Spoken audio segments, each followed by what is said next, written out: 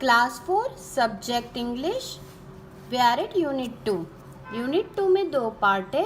First है poem noses और एक है द लिटिल फिग ट्री। ये चैप्टर है। तो देखते हैं पोएम नोजेस। नोजेस पहले रीड कर लेते हैं poem. I looked in the mirror and looked at my nose.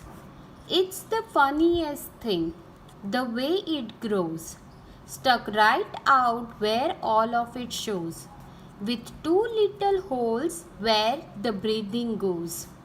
I looked in the mirror and saw in there the end of my chin and the start of my hair, and between there isn't much space to spare with my nose, like a handle sticking there.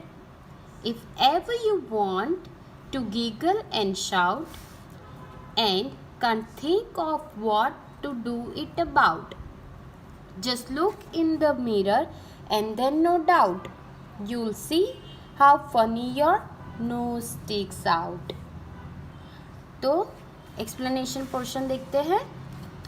यहाँ पे एक girl है जो अपने नाक को देखती है मिरर में और वो सोचती है कि वो कैसा दिख रहा है, और उसके नाक के बारे में वो बताती है कि ऐसा लग रहा है कि नाक कोई मेरा मतलब नाक जैसे कि हैंडल है जो मेरे मुंह से बाहर आ रहा है, और कोई भी मेरे नाक को देख के या तो फिर नाक को देख के हंस सकता है और बोल सकता है कि आपका नाक बहुत बाहर आ रहा है, या नाक के बारे में जस्ट बताया गया है कि ये मेरा नाक ऐसा है, या अपने भी अपना नाक के बारे में सोचे कि तो वो कैसा लगता है कि जैसे कि कोई चीज़ हो जो बाहर की ओर निकल के आ रही है अपने फेस से। तो सेम ही चीज़ ये गर्ल कर रही है, वो सोच रही है कि नाक कैसा है मेरा। तो I looked in the mirror and looked at my nose.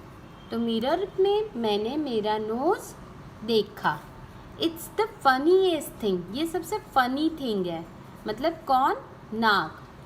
The way it grows, जैसे जैसे बड़ा हो रहा है, मतलब आप बड़े होते हो तो नाक भी बड़ी होती है, तो ऐसा लग रहा है कि that it grows stuck right out where all of it shows, with two little holes where the breathing goes.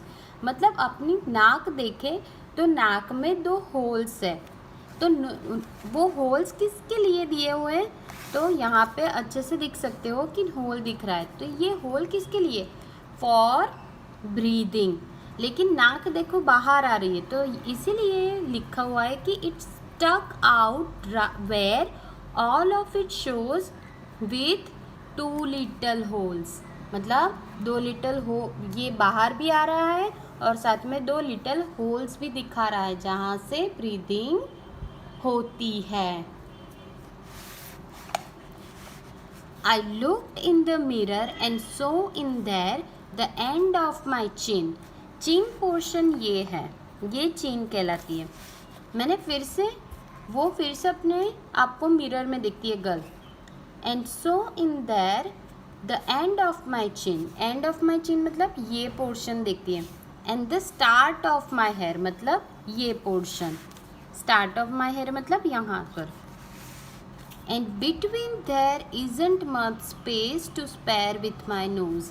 मतलब ये ऐसा सोचती है कि मुझे ऐसा लगता है कि इसके और इसके मतलब चीन की एंड पर और जहाँ से हेयर ग्रो करना स्टार्ट करते हैं उसके बीच में ज़्यादा जगह है ही नहीं, फिर नोज़ क्यों आया है बीच में?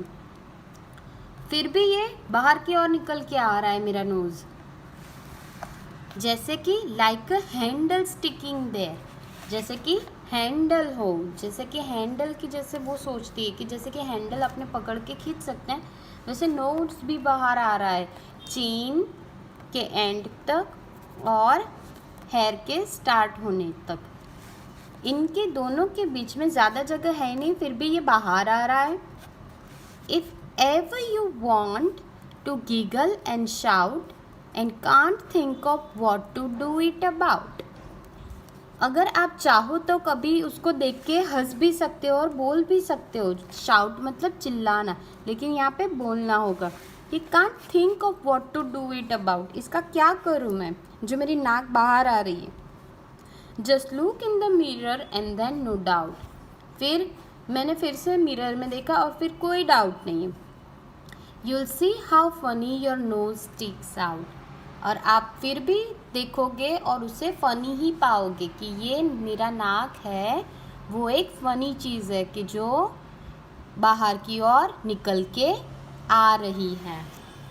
ये पोएम लिखी है आइलिन फिशर ने।